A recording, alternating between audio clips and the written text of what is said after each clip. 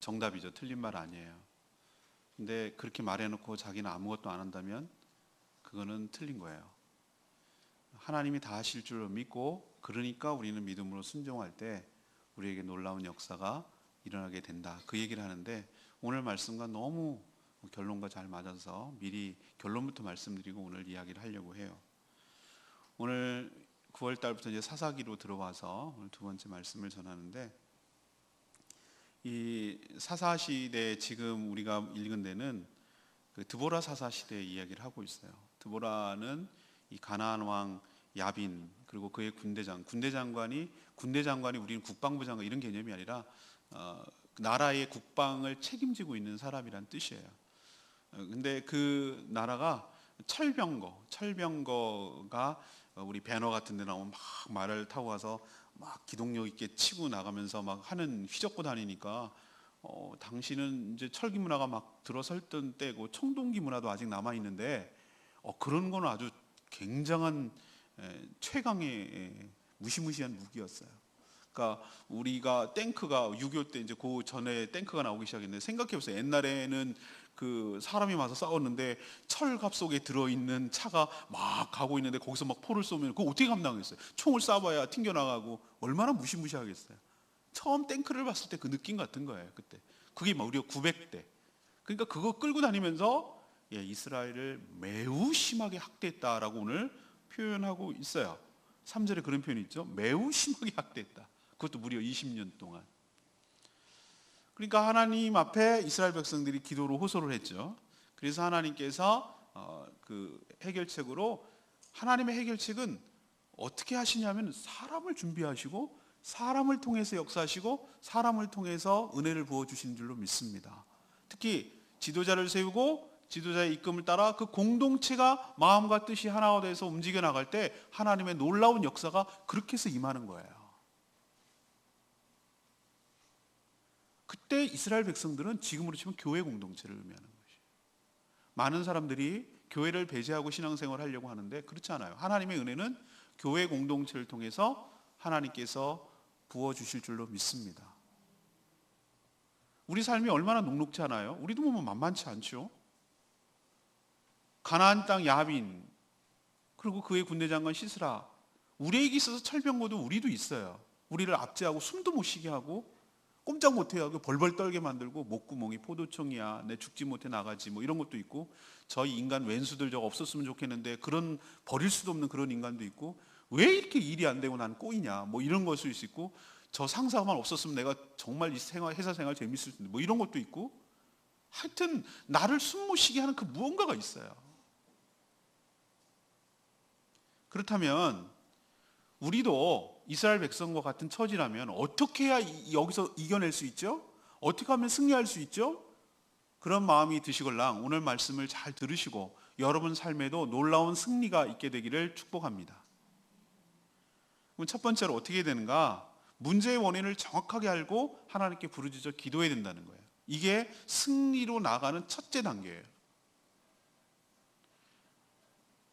사사기 사이클이라는 유명한 말이 있어요. 사사기 사이클이 뭐냐면은 이게 악순환의 개념인데요. 이스라엘 백성들이 하나님께 은혜를 잊어버리고 배은망덕에서 범죄합니다. 이제 사이클은 원래 돌고 도는 거니까 여기서부터 시작해도 돼요. 하나님 은혜를 잊어버리고 사사가 죽고 나자 배은망덕에서 범죄합니다. 악을 행합니다. 그럼 하나님께서 언약에 따라 분노하시고 징계하셔서 주변 나라들을 통해서 이스라엘 백성들을 고통을 줍니다. 압제를 합니다. 견디다 못하다가 이제 이스라엘 백성들이 하나님께 회개하고 하나님께 부르짖고 요청합니다. 구원을. 그럼 하나님께서 사사를 세우셔서 그 압제하던 이방 민족들을 물리치고 그들을 구원해 내십니다. 그래서 사사가 있는 동안에는 한동안 평안함을 누리고 살아갑니다. 그러나 또 사사가 죽으면 다시 범죄합니다. 이 사이클 아시겠죠? 이것을 사사기 사이클, 악순환이라고 우리는 보통 부르죠. 이런 사이클이 계속 사사시대 400년 동안 계속 진행돼요. 거의 같은 패턴이에요. 오늘 4장 1절에 보면 누가 죽었어요? 왼손잡이 에후 사사가 죽었어요. 그러면 또 무슨 일이 일어날 게 예상이 되죠? 이스라엘 자손들이, 저는 그 뒤에 말이 중요했어요. 어떻게 했다고요? 이스라엘 백성들이 또 동그라미. 또 우리가 한 번 은혜를 받으면은, 아니 예방 접종 딱 맞으면은 뭐 쭉 가는 요즘 예방 접종도 있다 해요. 근데 약효가 얼마 못 가요. 또 맞아야 돼. 예를 들면 뭐 독감 예방 주사는 1년 단위 또 맞아. 뭐 평생 가는 것도 있긴 하지만 희한하죠. 우리가요 신앙생활 하는데 계속 은혜 충만하면 얼마나 좋겠어요. 성령 충만하면 얼마나 좋겠어요. 사람이 그럴 수가 없어요. 하나님께 붙어있지 않으면 하나님의 은혜를 망각하게 돼요. 배은망덕 남 얘기가 아니에요. 내 얘기예요. 내가 배은망덕한 사람.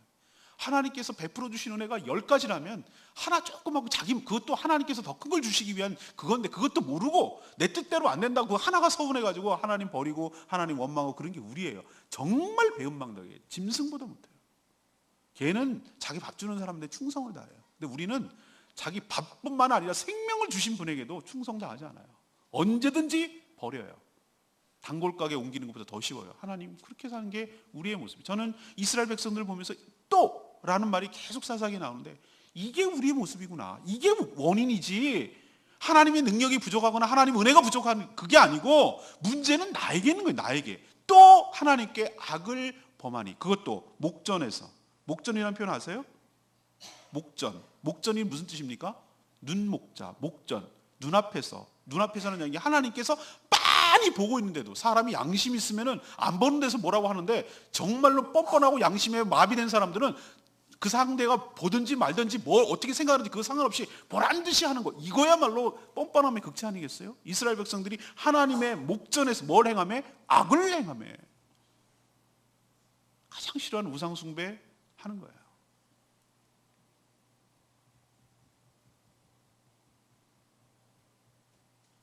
그러자 2절에 보면 뭐라고 그랬어요? 하나님께서 하솔에서 통치하는 가나안 왕 야빈의 손에 그들을 뭐 했다? 파셨다고 그랬어요. 넘겨버렸다. 우리가 죄를 지으면 죄의 종이 되는 줄로 압니다. 죄를 짓는 순간 내 의지와는 상관이 없어요. 물고기 얘기할까요? 낚시 유혹에 까닥까닥거리고 그것을 딱 무는 순간 물고기는 자기 의지는 상실돼요. 미끼에 딱 물려가지고 낚시꾼이 끌고 다니는 대로 끌고 가는 거예요. 물기 전에는, 악을 행하기 전에는 내가 자유가 있는 것처럼 보여요. 그러나 내가 악을 행하는 순간 악으로 유혹하고 악의 미끼를 던져놨던 악한 세력의 사단에 사로잡히는 거예요. 파셨다, 넘겨버리셨다. 하나님이 주체적으로 하나님이 넘겨버린 것처럼, 팔아먹은 것처럼 얘기하는, 인신매매처럼 팔아먹은 것처럼 얘기하는 게 아니라 자동적으로 그 죄악의 사슬에 들어가는 것이고 죄의 통치를 받게 되고 어둠의 세력에 종살이하게 된다는 뜻이에요. 넘어간다는 거예요. 호세아 선지자에 보면 음란한 고멜 여인이 남편 버리고 악을 행하고 도망가니까 어디로 갔어요? 궁극적으로는 노예시장으로 팔려간 거예요. 그래서 20년 동안 숨도 못 쉬게 산 거예요. 우리는 일제 35년 6년 이렇게 얘기하는데 숨도 못 쉴 정도. 그 뒤에 5장 6장에 그 승리한 내용을 시로 표현한 것이 있는데, 그때 보면 얼마나 고통이 심했는지, 마을에 사람이 없었다 이런 표현을 쓰고 있고, 하도 사람을 잡아가고 막 못 살게 하니까 대로로 못 다니고 다 산길로, 오솔길로 다녔다고 그랬어요. 이스라엘 백성들 얼마나 심하게 고통을 받는지 알 수 있어요. 어떤 사람이 이렇게 말합니다. 아니 그러면요 가나안 땅 그 야빈을 아예 없으면 될 거 아니에요. 이렇게 생각하죠. 우리는 다 그렇게 생각합니다. 아니 그런 나를 괴롭히는 것이 없으면 그런 문제가 안 생길 거 아니에요. 그런데 그렇지 않아요. 하나님께서 오늘 3장 4절 한번 가보세요. 뒤로 다시 돌아가서 3장 4절,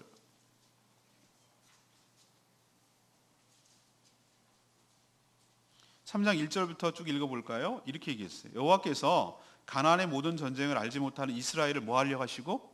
시험하려고 하시고, 이스라엘 자손 세대 중에서 아직 정복전쟁을 아직 경험하지 못하고 그 전쟁 가운데 하나님께서 어떻게 임하고 역사하시는지를 경험하지 못한 세대가 있었어요. 그것을 가르쳐 알게 하려고 이방 민족들을 남겨놨다고 그랬어요. 그래서 블레셋의 5군주, 가나안의 족속들, 시돈 족속, 바알 헤노만 산에서 하맛 입구까지 레바논의 산에 거주하는 히위 족속, 이런 걸 남겨두신 이유는 4절이에요. 4절. 이방 민족을 도구로 이스라엘을 뭐하사? 시험하사 여호와께서 모세를 통하여 그들의 조상들에게 이르신 명령을 뭐하는지?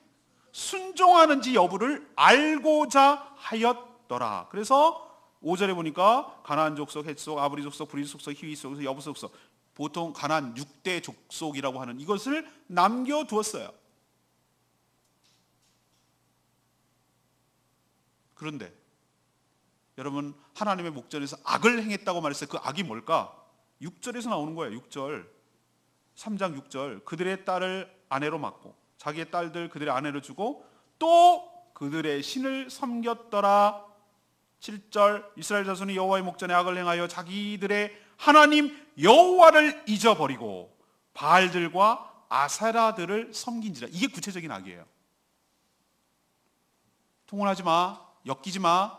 엮이면은 너희들 영향받아, 악영향받아. 걔네들이 미워서가 아니야. 너희들 위해서 그런 거야. 교류하지 마, 관계 맺지 마, 그 사람들과 같이 있지 마 라고 얘기하는 것은 너희들 때문에 그런 거야. 악한데 물들까 봐. 그렇게 얘기를 하고 경고를 했는데도 불구하고 넘어갔어요. 시험에서 낙제한 거예요. 떨어진 거예요.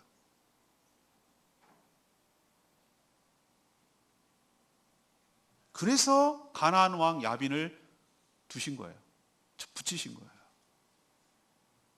우리는 자꾸 고난 자체만 회피하려고 넘어가려고, 지난번에 요나 설교도 얘기했지만 우린 그것만 어떻게 하면 이 고난을 안 다치고, 이 동양 사상에 보면은 그 무탈하십니까? 이런 표현을 많이 쓰거든요. 무탈한. 그러니까 별일 없는 게 동양 사상에서는 그 복이야, 복.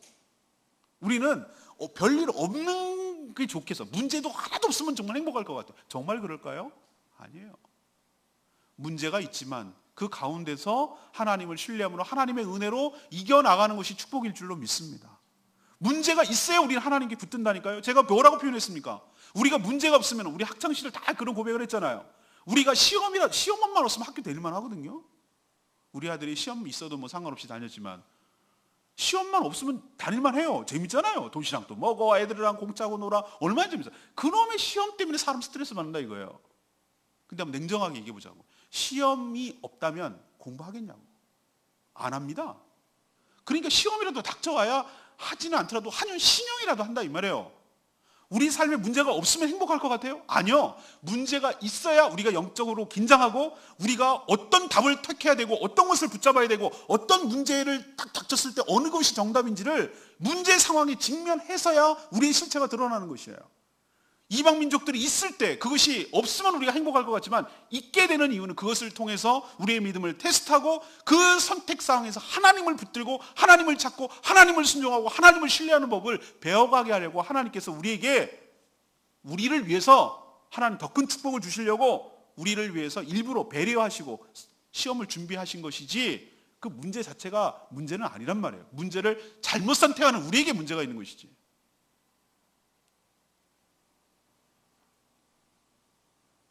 가나안 왕 야빈과 시스라 철병거 900대가 막 숨도 못 쉬게 막 쪼이니까 3절에 뭐라고 그랬어요? 심히 학대를 하니까 이스라엘 자손들이 어떻게 했습니까? 여호와께 뭐 했더라?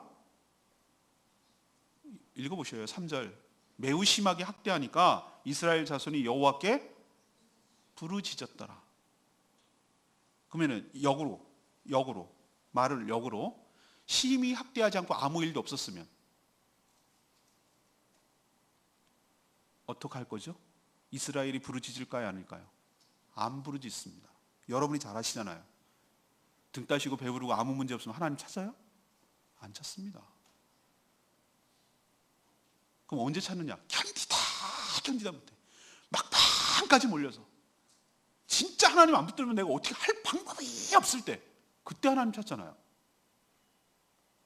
우아하게 평상시에 하나님 막 한자리 그렇습니까? 그럼 여러분 정말 대단한 믿음이에요. 우리는 인간이 본질적으로 악해서 그냥 내버려두면 우리 본성에 따라 잘 살아가는 사람들, 하나님 배제해요. 그냥 우리끼리 살아요. 내 식대로 살아요. 고난의 목적은 자신을 돌아보게 하는 효과가 있어요. 또 하나는 자신이 뭘 잘못했는지를 깨닫게 하는 효과가 있어요.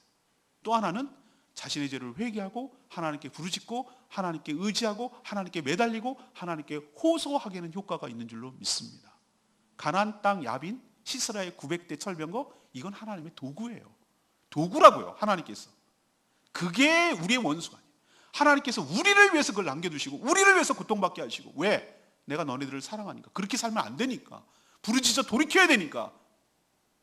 그렇게 고통이 안 가해지면 돌이키질 않으니까.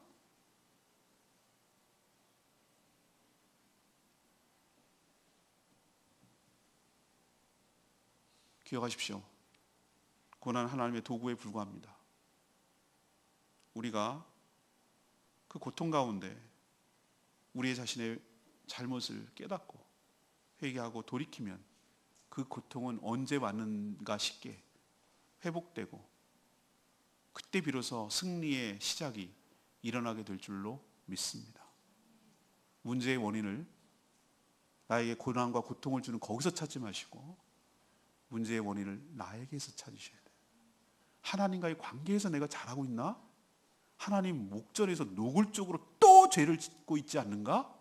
하나님 배제하고 하나님 그렇게 싫어하는 거 세상 속에서 타협하고 세상 사람들 가치관을 내 삶에 들어오고 그 사람들 의지하고 그렇게 살아가지 않는가? 이거를 점검하셔야 돼요. 나에게 왜 고통이 이렇게 오지? 라고 하면은 고통 자체를 회피하려고 하지 말고 여기서 벗어나가려는데 포인트를, 초점을 두지 마시고 이것이 왜 왔는지를 아시고 하나님께 나아가 부르짖고 회개하고 용서를 구하고 하나님과의 관계 속에서 나를 보고 말씀 속에서 나를 비춰보고 그렇게 함으로 이 문제가 어디서부터 왔는지를 깨달아 하나님께 부르짖어 회개함으로 승리의 발판을 마련하시는 저와 여러분 되기를 소망합니다. 두 번째 얘기, 하나님의 약속을 분명히 알고 온전히 신뢰해야 된다는 거예요. 그래야 승리예요. 하나님의 해결책은 뭐였습니까? 어떻게 하나님께서 이 우리의 고난 문제를 해결하죠? 아까도 말했지만 지도자를 세우는 것부터 준비하셔요. 항상 하나님이 하시는 일은 사람을 통해서 역사하세요. 그래서 4절에 보니까 그때가 언제입니까? 아우성 지고 죽겠다고 하나님께 부르짖을 그때를 말하는, 부르짖어야 그때 하나님의 솔루션이 시작되는 거예요. 그때라고 말하는 것이 언젠지를 여러분 기억하셔야 돼요. 하나님께 부르짖고 하나님께 회개하고 하나님께 나아갈 그때 하나님이 역사하시는 거예요. 사실 드보라는 그 전부터 있었어요. 그 전부터 여선지자가 돼가지고 다른 이스라엘 백성들이 하나님의 백성이 어떻게 해야 될지 모를 때 와서 재판을 해주는 선지자 역할을 했어요. 이미 그 존재는 있었어요. 근데 부르짖으니까 그때에 하나님께서 어떻게 해결해 주시겠다고 바락 장군을 불러라 뭐해라라는 구체적인 하나님의 말씀이 그때 임하게 되는 줄로 믿습니다. 준비를 해놓으셨잖아요. 드보라 선지자가 하나님의 계시를 받습니다. 그리고 뭐라고 얘기하냐면 이렇게 얘기합니다. 바락 장군에게 사람을 보냅니다. 바락에게. 마지막 바락한다 그런 뜻이 아니고요. 이름이 바락이라고. 바락 장군에게 사람을 보내서 뭐라고 하냐면은 두 지파를 지목을 딱 해요. 지목. 어느 지파죠? 납달리 지파, 스불론 지파 자손들 6절에 보니까 10,000명을 소집을 해라. 10,000명의 군사를 모으라는 거예요. 그리고 어디로 집결을 하라고 하냐면은 다볼산으로 집결을 해라. 그리고 내가 적긴 시스라 군대를 어디로 이끌 거냐면 기손강으로 이끌 것이다. 와, 하나님의 군사작전 지금 보이십니까? 하나님은 막연하게 이런 얘기를 하는 거 아닙니다. 하나님께서 우리에게 구체적으로 해결해 주실 때 아주 구체적으로 우리에게 임하시고 말씀해 주신 줄 믿습니다. 마치 야전사령부처럼 지금 진두지휘하고 있잖아요. 장군을 저 바락을 세워. 그리고 두 지파, 스불론이 납달리 지파에서 10,000명을 채출을 해라. 그리고 너는 다볼산에 가서 진찰하라. 다볼산하고 기손강이 붙어 있거든요. 이스라엘 딱 중앙부에 있어요. 중앙부. 그리고 내가 이 시스라 군대를 기손강으로 이끌어낼 것이다. 이 하나님 군사 벌써 다 머릿속에 있으세요. 하나님께서 하시는 일들을 이렇게 구체적으로 우리에게 임하시고 구체적으로 가르쳐 주시는 줄로 믿습니다. 하나님 막연하게 알아서 해 뭐 이런 개념 아니에요. 하나님은 여러분들 삶을 이끌어 가실 때 한 발 한 발 믿음으로 순종하면 구체적으로 하나씩 보여주시며 여러분의 삶을 이끌어 가실 줄로 믿습니다. 그리고 뭐라고 약속해 주십니까? 10절에 뭐라고 약속했어요? 내가 야벤의 군대 장관 시스라와 그의 병거 그의 무리들 기손강으로 이끌어낼 것이야. 그리고 너한테 이르게 할 거다. 그리고 너의 손에 뭐 해주겠다? 넘겨주겠다. 넘겨준다는 말이 무슨 뜻이죠? 이기게 한다. 승리하게 한다. 원수들, 너희를 20년 동안 압제했던 그 원수들을 거기서 끝장을 내게 하겠다. 그 뜻이에요. 약속을 해주시는 거예요. 약속. 그러나 오늘 주목해야 될 사람이 바락의 태도였어요. 8절. 바락이 드보라에게 이르되 만일 드보라 당신이 나와 함께 가면 내가 이 전투에 참여하겠거니와 만약에 당신이 나와 함께 안 가면 나는 안 가겠습니다. 당신이 가야 갑니다. 라고 말하는 뜻은 무슨 뜻이죠? 하나님의 약속을 못 믿겠다는 거예요. 반신반의하는 거예요. 불안한 거예요. 당신 드보라 사사 하나님의 명령을 전달해 준 드보라 사사 당신이 가면 내가 가겠는데 안 가면 안 가겠습니다. 라는 얘기는 뭐죠? 당신이 안 가도 하나님의 약속을 굳건히 신뢰한다면 믿음으로 나가면 될 것인데 못 가는 거예요. 불안한 거예요. 믿어도 반쯤만 믿는 거예요. 가기는 가겠는데 하라면 어쩔 수 없이 하겠는데 못 믿겠는 거예요. 그러니까 드보라가 뭐라고 합니까? 9절에 내가 반드시 바락 너와 함께 갈 것이다. 그렇지만 네가 이번에 가는 길이라는 것은 이 전투, 이 전쟁, 시스라와의 전쟁에서 뭘 얻지 못할 것이다? 영광을 얻지 못할 것이야. 적장, 시스라는 너의 손이 아니라 여인의 손에 파실 것이다. 넘길 것이다. 여인의 손에 의해서 죽을 것이다. 그 얘기예요. 그리고 드보라와 함께 바락으로 갔다 그랬어요. 바락과 함께 갔다 그랬어요. 사랑하는 여러분, 드보라는요 동행한다고 그랬어요. 이 전쟁에서 승리해야 되겠지. 그렇지만 전쟁에서 이기지만 영광은 이 전쟁을 진두지휘했던 바락에게 돌아가지 않고 한 여인에게 돌아갈 거라고 했어요. 처음엔 저는 이게 드보라인 줄 알았어요. 아니에요. 드보라가 아니라 좀 이따 얘기하지만 야엘이라는 여인에게 의해서 시스라가 죽어요. 제가 오늘 얘기하고 싶은 것은 그거예요. 그럼 우리의 믿음이 없으면 안 됩니까? 우리의 믿음이 없으면 하나님께서 전쟁 못 치릅니까? 우리의 불신이 있으면 하나님께서 손도 못 쓰고 손발에 묶여가지고 아무것도 못 합니까? 아닙니다. 우리의 믿음과 여부와 상관이 없이 하나님께서 하시겠다고 하신 약속은 반드시 이루시는 줄로 믿습니다. 그러나 불신하면 영광은 없습니다. 여기서 영광은 공로일 수도 있지만 그 보람과 의미를 찾지 못한다는 뜻이에요. 예수 그리스도께서 뭐라고 하셨죠? 네가 믿으면 영광을 보리라 하지 않았느냐. 믿을 때 주의 영광을 보게 될 줄로 믿습니다.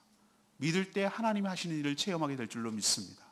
믿길 때 하나님의 임재 가운데 들어가게 되고 하나님이 구체적으로 어떻게 하시는지를 자기가 체험하게 되는 놀라운 역사 있게 될 줄로 믿습니다. 바락은 믿지 못했기 때문에 시스라가 죽는 현장을 보지 못했어요. 시신만 봤을 뿐이에요. 믿는다면 하나님께서 어떻게 자기 손으로 죽여야 될 테니까 시스라를 어떻게 하나님께서 역사하시고 우리들의 원수를 어떻게 죽이는지 그 현장에서 직접 체험할 것인데 그 영광을 누릴 것인데 하나님이 어떻게 우리 삶 가운데 구체적으로 일어난지를 볼 것인데 믿지 못하고 반신반의하니까 그 영광을 보지 못하는 안타까움이 있어요. 수고는 했는데 헛수고한 것처럼 느껴지는 것이. 애는 애대로 썼는데 뭔가 의미 없는 허탈함이 있는 것이. 그래서 우리에게 도전하는 두 번째 얘기는 그거예요. 하나님의 약속을 뭐 하라고요? 뭔지 하나님께서 구체적으로 우리에게 어떻게 얘기하는지 분명히 아는 것이 중요해요. 뭔지 분명하게. 그리고 또 하나, 그 분명히 알았으면 그것을 어떻게 된다고요? 온전히 신뢰하는 것이 중요할 줄로 압니다. 반쯤 신뢰하는 거? 가긴 갔잖아요. 반쯤 신뢰하는 거? 이건 신뢰하는 게 아니에요. 제가 대학 다닐 때 그때는 뭐 축제라고 뭐 그런 걸 해가지고 뭐 했는데 뭐 천막 하나 쳐놓고 뭐 그 막걸리도 팔고 파전도 팔고 뭐 이런 걸 했어요. 그랬어요. 그땐 축제 문화가 그랬어요. 그래가지고 제가 뭐 담당이었냐면 부침개 담당이 파전 담당. 저 같은 사람이 파전을 했으니 그 맛이 어떻겠어요. 그래갖고 해가지고 했는데 파전은 양쪽을 잘 붙여야 돼요. 양쪽. 근데 막 주문이 밀려오니까 나 식당 하는 사람 참 대단한 것 같아. 그걸 어떻게 막 팍팍 보면 내는지 해놓고 이게 뒤집어야 돼요. 근데 뒤집는데 여기는 잘 보는데 여기를 뒤집는데 급하니까 좀 굽다가 나갔는데 막 항의하는 거예요. 이걸 생밀가루는 이게 뭐냐고 막. 속을 보니까 좀 내가 먹기면 먹어도 되는데 그래도 안 익었어. 그때 막 난리를 하는 거예요. 제가 깨달았어. 한쪽 면만 익히는 것은 믿음이 아니에요. 온전한 반쯤은 익었잖아. 우린 이렇게 주장을 하는데 아니 발악이 가긴 갔잖아. 같이 가면 간다며. 그 정도가 어디 안 간다는 게 아니잖아. 우리는 생각할 때 그것도 대단한 것처럼 보이죠. 그러나 반만 믿는 것은 믿음이 아니에요. 온전한 믿음이 있을 때 그 파전을 먹을 수 있는 것처럼 이쪽 다 익혀야 온전한 반만 믿는 것이 아니라 온전한 믿음이 되어야 하나님께 영광을 보고 유효하고 은혜가 있고 임재를 경험하게 될 줄로 믿습니다. 세 번째는 이게 중요한데 하나님을 굳건히 신뢰함으로 행동으로 순종해야 된다는 거예요. 하나님을 굳건히 신뢰함으로 행동으로 순종해야 되는 거예요. 오늘 이 얘기를 하고 싶은 거예요. 이 마지막이 중요한 거예요. 여러분 진정한 믿음은 뭘로 나타납니까? 말로? 화려한 말로? 아니에요. 진정한 믿음은 우리의 행동으로, 우리의 삶으로 드러나요. 우리는 있잖아요. 알고 보면요. 안 믿는 것도 일종의 믿음이잖아요. 불신도. 내일 비가 올 거야 라고 믿습니다. 이렇게 하는 게 믿음이 아니잖아요. 그렇죠? 내일 비가 올 거니까 뭐 하는 거죠? 세차하지 않고 우산 준비해 가는 것이 믿음인 줄로 믿습니다. 우리는 내일 진짜로 비가 오는 사람이라고 확신하는 사람은 우산을 준비하고 세차 안 해요. 근데 내일 비가 올 거야 이렇게 해놓고도 세차를 또 하고 우산도 준비 안 하고 그냥 나가는 사람은 말은 믿는다고 하지만 실제로는 안 믿는 거예요. 진짜 그 사람의 믿음은 비가 안 온다고 믿는 거예요. 그러니까 그렇게 사는 거예요. 제가 드리고 싶은 말씀은 우리가 하나님의 약속을 믿는다고 말한다면 믿는 대로 순종하며 나아갈 때 그 사람의 진짜 믿음일 줄로 압니다. 10,000명이 소집됐어요. 집결했어요. 이렇게 하는 것부터가 한 단계 나가는 것부터가 하나님께 믿음의 결과일 줄로 압니다. 하나님께서 순종할 거야 라고 해서 한 단계만 하면 다 모든 것이 일사천리로 나가는 것이 아니에요. 우리에게 믿음의 순종을 끊임없이 요구해요. 스텝 바이 스텝, 한 스텝, 한 믿음, 한 단계 발걸음을 믿음으로 나가게 하기를 바라요. 난 이 정도 했으면 다 한 건데 군사를 모집하는 것 그 자체가 대단한 믿음이에요. 그러나 그 자체로 승리하지는 않아요. 모집을 해야 되고요. 소집이 돼야 되고요. 다볼산에 가야 되고요. 기손간에 모이면요. 그런 모든 스텝을 한 단계 믿음으로 순종하며 나가는 것이 진정한 순종이고 진정한 믿음일 줄로 압니다. 근데 우리에게 얼마나 그 믿음으로 행동하기에 어려움들이 많이 깔려 있는 줄 아세요? 이스라엘 백성들은 20년 동안 그 앞에 있었기 때문에 패배의식에 젖어 있어요. 일단 소집되는 것부터 어려워. 누구랑 싸운다고? 시스라랑? 야 시스라 걔네 철병거 있잖아. 어떻게 싸워? 우리 못 이겨. 이런 패배의식. 안 된다는 의식. 이미 20년 동안 그 삶에 순응하고 적응돼 버렸어. 난 안 돼. 이거 말도 안 돼. 이거 되겠냐? 이런 패배의식, 불신의 마음이 쫙 우리를 사로잡고 있는 것이. 그래서 죽으라고 목회자가 말씀을 전하고 설교를 하고 하나님께서 수없이 얘기를 해도 그건 그거고 안 되거든요. 알았어요. 목사님 알겠다니까 그만 소리 질러요. 그건 알겠고 안 된다니까. 근데 이게 내 믿음이에요. 그건 하나님 얘기고 이게 우리가 얼마나 무서운 불신이 우리 삶을 지배하고 있는지를 보셔야 돼요. 20년 동안 그렇게 젖어서 살았으니 그것이 하루아침에 벗어나기가 얼마나 어려운지를 알아야 돼요. 이 다볼산으로 10,000명이 모인다는 그 자체가 놀라운 기적이고 역사일 줄로 믿습니다. 하나님께서 그것부터 요구하세요. 그 불신을 깨고 그 패배의식을 깨고 그 악한 것에 눌려 지내는 것에 적응한 것을 깨고 그 순응하는 그냥 수동적인 그런 삶을 태도를 깨고 하나님께서 역사하시고 하나님께서 일하시고 하나님께서 우리를 통해서 큰 일을 벌이실 것이니 믿음을 가지고 한 발 한 발 행보로 움직이고 순종하며 나갈 때 하나님께서 역사하시고 은혜를 부어주실 줄 믿습니다. 하나님께서 그런 단계 가는 길마다 하나님께서는 끊임없이 주의 종들을 통해서 약속을 재확인해주고 또 확인해주고 또 확인해줘요. 왜? 우리는 연약하니까, 우리는 불안하니까, 우리는 두려우니까, 철병거가 너무 무서우니까. 하나님께서 오늘 14절에 드보라가 바락에게 뭐라고 했어요? 14절, 4장 14절. 이르되 일어나라, 일어나라. 이는 여호와께서 시스라를 누구의 손에? 너의 손에 넘겨주시는 오늘, 그날이 바로 오늘이야. 여호와께서 너와 너의 앞서서 지금 나가지 않느냐. 그렇게 말하니까 바락이 10,000명을 거닐고 다볼산에서 모였다가 내려오기 시작했어요.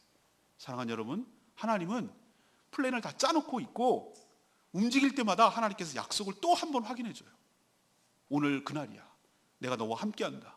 오늘 이기는 날이야. 네 손에 넘겼어. 원수는 너의 밥이 될 거야. 그러니 믿음을 가지고 일어나라, 움직여라, 그 얘기예요. 사랑하는 여러분, 여러분께서 또 반복, 또 저서리, 또 저리 그런 얘기 하지 마시고, 하나님께서 믿음의 행보를 할 때마다 내가 두려워서 벌벌 떨고 그 다음 단계를, 강아지가 계단 내려갈 때 얼마나 무섭겠어. 근데 주인이 엎드려가지고 같이 계단에 내려가는 동영상 보고 내가 감동받았어. 골든 리트리버 그 강아지, 우리 뭐 또 인절미라고 부르는 걔 강아지 있거든요. 걔가 순둥인데 강아지가 계단 내려가는 게 얼마나 무서워. 그러니까 주인이 보고, 나 그 주인이 감동받았어. 주인이 걔랑 똑같이 엎드리네. 계단에서 엎드려가지고 한 발 한 발 이게 먼저 가는 거예요. 먼저 이렇게 발을 내딛으니까 강아지가 어쩔 줄 몰라다가 주인이 옆에서 이렇게 하니까 한 발 조심스럽게 내딛더라고. 그래서 훈련을 시키더라 이거죠. 야, 제가 그거 깨달았어요. 하나님, 우리 알아서 해. 저기 가지, 저기야. 이렇게 하시는 것이 아니라 우리랑 같이 있으면서 끊임없이 두려워하고 끊임없이 불안해하고 어쩔 줄 몰라하는 우린 여전히 믿음도 하나님의 은혜거든요.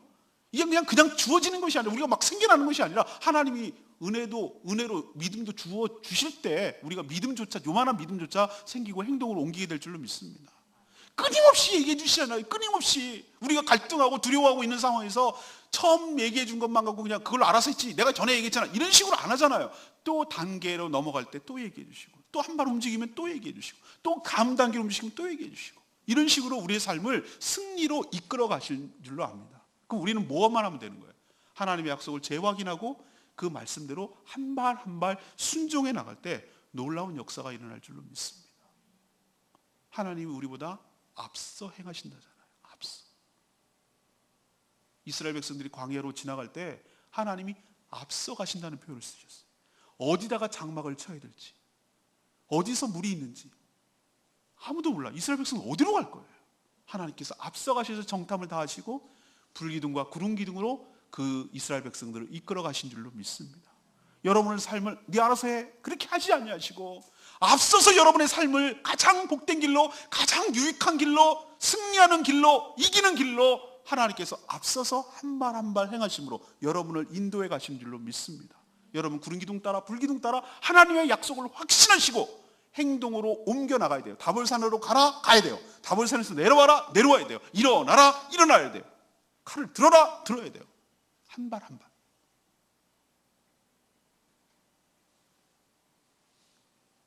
다볼산에서 내려오사 기손강에 딱 섰을 때 객관적 상황과 조건은 하나도 달라진 거 없어요. 이스라엘 백성들 무기가 변변하지도 않았어요. 시스라 군대 여전히 철병거 900대를 갖고 있어요. 싸움은 객관적으로 져요. 근데 믿음으로 순종하니까 생각지도 않았던 놀라운 일들이 벌어져요. 오늘 15절에 보니까 여호와께서 바락 앞에서 시스라와 그의 모든 병거와 그의 온 군대를 칼날로 혼란에 빠지게 하시매 시스라가 병거에서 내려 걸어서 도망한지라. 아멘입니까? 누가? 바락이? 아니요. 바락이 보는 앞에서 믿음으로 순종하고 기숑 가까이 딱 오니까 바락이 보는 앞에서 하나님의 칼날이라고 표현했어요. 하나님의 칼날이 시스라 군대를 혼란스럽게 했다고 표현하고 있어요. 근데 5장 쭉 보면은 이 전쟁을 승리하고 나서 드보라와 바락이 쓴 노래 가사, 승리의 노래를 쭉 쓴 것이 있거든요. 근데 그것을 쭉 연구해 보면은 이 기숑강가에 이르러서 하나님께서 뭐라고 표현하고 있냐면은 이런 표현을 쓰고 있어요. 하나님께서 5장 4절을 보세요. 5장 20절 보면 별들이 하늘에서부터 싸우되 그들이 다니는 길에서 시스라와 싸웠도다. 기송강은 그 무리를 표류시켰으니 이 기송강은 옛강이라. 이런 표현을 쓰고 있어요. 이건 내일 아침 묵상할 내용인데 제가 미리 말씀드려요. 이 표현이 뭘까? 왜 하늘의 별이 싸웠다고 그럴까? 왜 기송강이 이 시스라 군대를 표류시켰다고 말할까? 우리는 추측하는 거예요. 제가 추측을 해보는 거예요. 학자들도 그런 동의를 하는데, 이 하나님의 칼날은 하나님의 칼이 막 갑자기 나타나고 막 칼춤을 춘 게 그런 개념이 아니라 별들, 우주, 별들, 하늘까지 도왔다. 기송강을 표류시켰다라고 하는 걸로 봐서 뭔가 물과 연관이 있어요. 그래서 하늘에서 시스라 군대에 큰 비를 내리게 하고 또 기송강을 건너는 가운데 물살이 더 세지게 하거나 어떻게 해서 물로 떠내려가게 하는 그런 혼란에 빠지겠다는 것을 추측할 수가 있어요. 하늘과 바다, 바람과 비와 이 모든 것들을 주관하시는 분은 하나님이신 줄로 믿습니다. 하나님께서 동원하시고자 하면 뭘 못 동원하시겠어요? 전 하나님의 칼날이 믿음으로 행한 자에게 눈에 보이게 될 줄로 압니다. 하나님이 행하셨다는 것을 입술로 고백을 받아내실 거예요. 믿음으로 순종한 자에게 눈으로 목격하게 하실 거예요. 시스라 군대가 그렇게 20년 동안 막강무적이었는데 도망가기 시작하네. 누구도 도망가기 시작해요. 시스라도 병거, 자기가 그렇게 의지하던 병거에서 내려가지고 부하도 없이 홀로 도망하는 거예요. 이스라엘 군대가 사기가 올라서 16절에 보니까 추격을 시작합니다.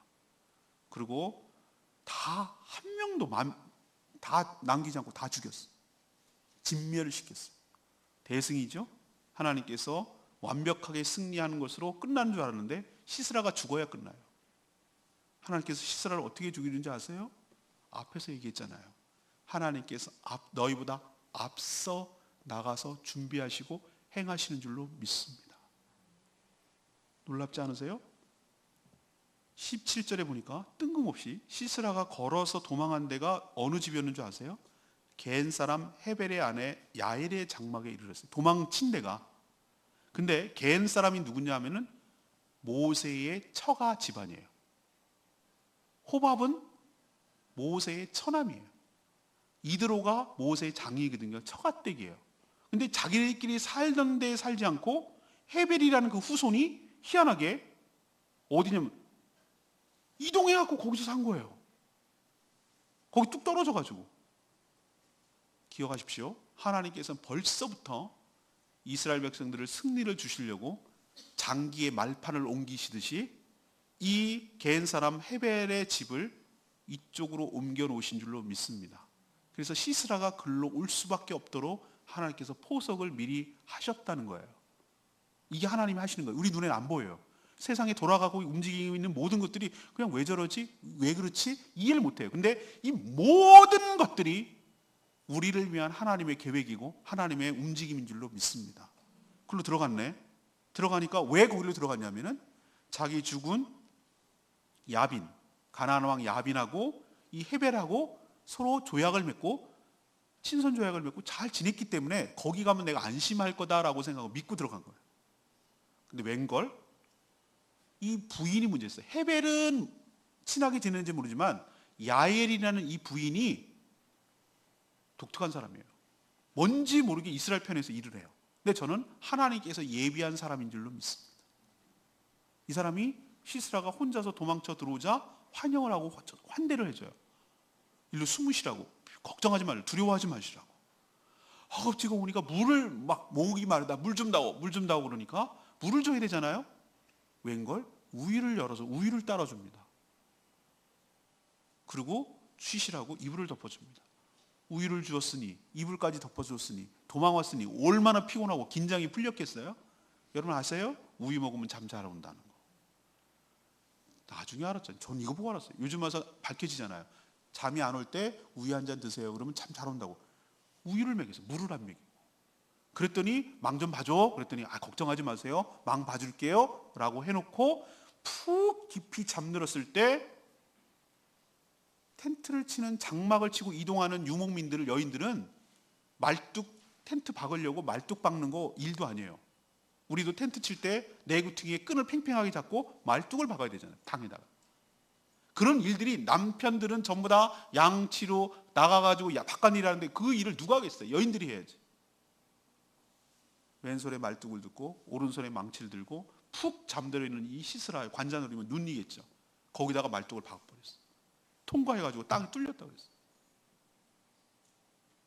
그래서 바락이 막 추적해가지고 야엘의 집에 오니까 들어오세요. 당신이 찾는 사람 여기 있어요. 와서 보니까 즉사하고 죽었어요. 그걸 계기로 전세가 역전되기 시작합니다. 가나안 왕 야빈이 시스라를 굉장히 의지하고 있었는데 시스라 장군 죽었지, 900대의 병거 완전히 몰락했지, 다시 오른팔 왼팔이 다 잘린 거예요. 그러자 23절, 4장 23절, 이와 같이 이날에 하나님이 가나안 왕 야빈을 이스라엘 자손 앞에 뭐 했다? 굴복하게 하신지라. 적들이 이스라엘 앞에서 굴복한 거예요. 24절, 이스라엘 자손의 손이 가나안 왕 야빈을 점점 이번에는 거꾸로 압박해 들어가 눌러서 마침내 가나안 왕 야빈을 모았다? 진멸, 없애버리셨더라. 할렐루야. 우리도 주의 약속을 믿었으면 행동으로 옮겨서 헌신할 때, 자기가 희생하려고 움직일 때 우리에게 큰 승리를 주실 줄로 믿습니다. 우리도 뭘 믿어야 되느냐? 하나님이 앞서 행하셔서 준비하고 계심을 믿어야 돼요. 그래서 가면 준비되어 있어. 가면 준비되어 있어. 우리는 딴 거 할 거 없어.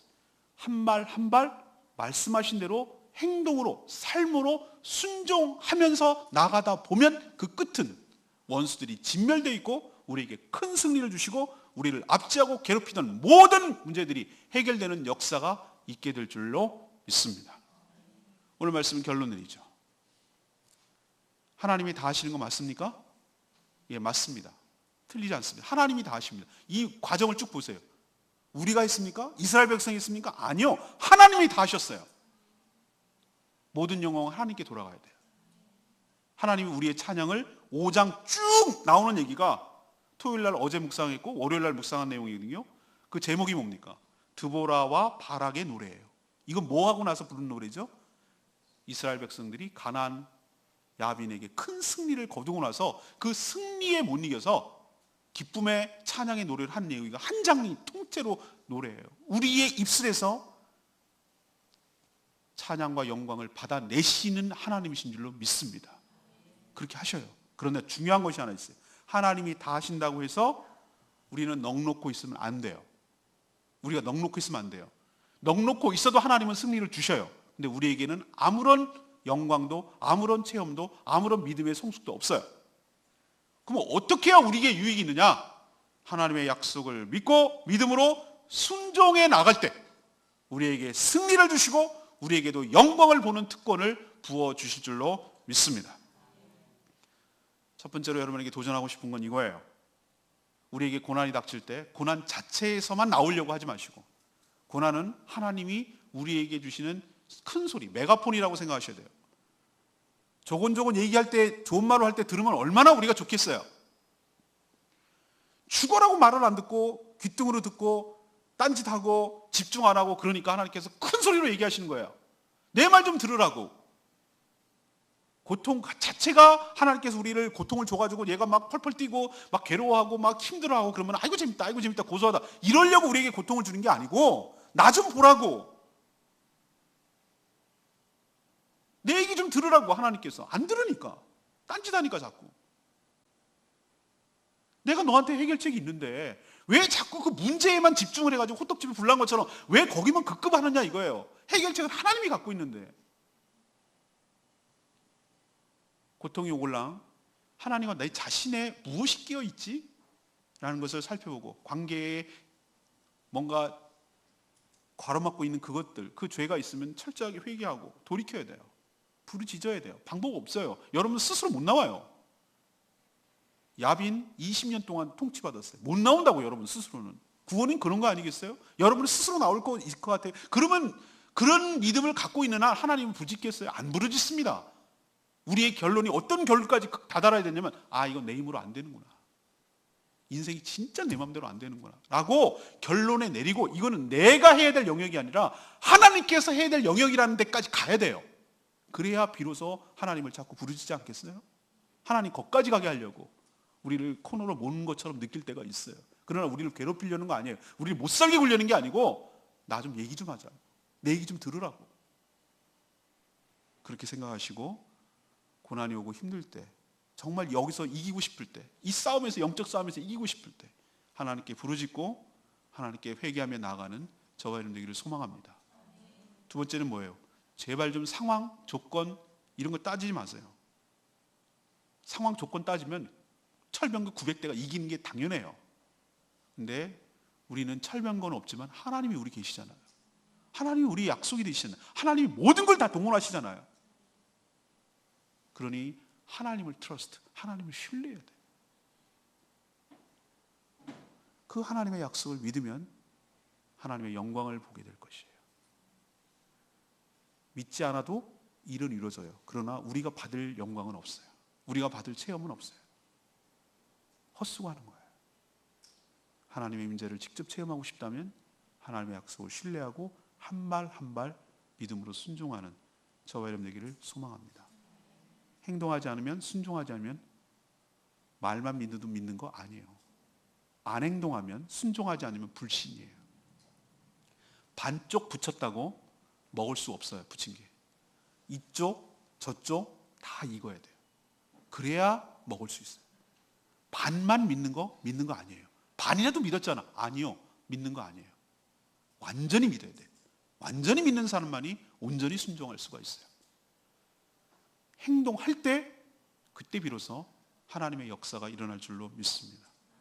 그 단계가 계속 이어지다 보면 그 끝은 진멸과 완전한 승리가 여러분 가운데 있어서 여러분이 모든 고난과 여러분을 압제하던 모든 것에서 진정으로 해방되어서 진정한 평안함과 진정한 자유를 누리게 될 줄로 믿습니다. 여러분도 삶에 눌리지 마시고, 문제에 눌리지 마시고, 사단에게 지지 마시고 주 약속을 믿으셔서 승리하는, 이기는 복된 인생 되기를 축복합니다. 오늘 말씀 붙들고 기도하기 전에 727장, 찬양집 727장 부르고 기도하겠습니다.